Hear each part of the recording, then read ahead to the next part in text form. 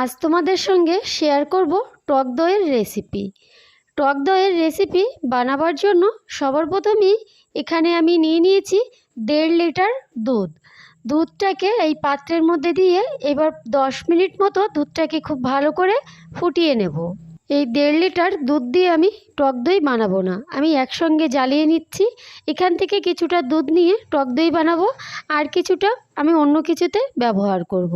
তোমরা অনেকেই আমাকে কমেন্ট করেছো, দিদি আমি অনেকবার চেষ্টা করেছি বাড়িতে টক দই বানাবার জন্য, কিন্তু হয়নি।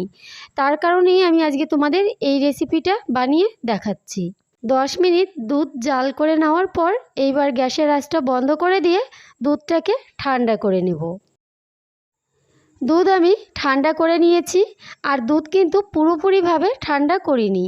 দুধটাকে এমনভাবে ঠান্ডা করতে হবে যাতে একটা আঙুল দুধের মধ্যে ডুবিয়ে রাখতে পারেন, ঠিক সেরকম গরম রেখে কিন্তু দুধটাকে ঠান্ডা করে নিতে হবে। অন্যদিকে আমি একটা মাটির পাত্র নিয়ে নিয়েছি, যেই পাত্রে আমি টক দই জমাবো। এই মাটির পাত্রে দিয়ে দিচ্ছি বড় চামচের 1 চামচ টক দই। ছোট চামচ দিয়ে ব্যবহার করলে 2 চামচ টক দই ব্যবহার করবেন। এবার এই টক দইটা মাটির হাঁড়ির গায়ে খুব ভালোভাবে মাখিয়ে নেব। 750 দুধের টক দই বানাবার জন্য এখানে আমি এই বড় চামচের 1 চামচ টক দই ব্যবহার করলাম। মাটির হাঁড়িতে খুব ভালো করে টক দইটা মাখিয়ে নিয়ে এইবার দিয়ে দিচ্ছি এই উষ্ণ গরম দুধ। উষ্ণ গরম দুধটা মাটির হাঁড়িতে ঢেলে দিয়ে এবার একটু চামচ দিয়ে নাড়াচাড়া করে নিচ্ছি। নাড়াচাড়া করে নেওয়ার পর এইবার এখানে আমি একটা থালা দিয়ে হাঁড়ির মুখটা বন্ধ করে দিচ্ছি, আর এভাবে আমি রেখে দেব 24 ঘন্টা।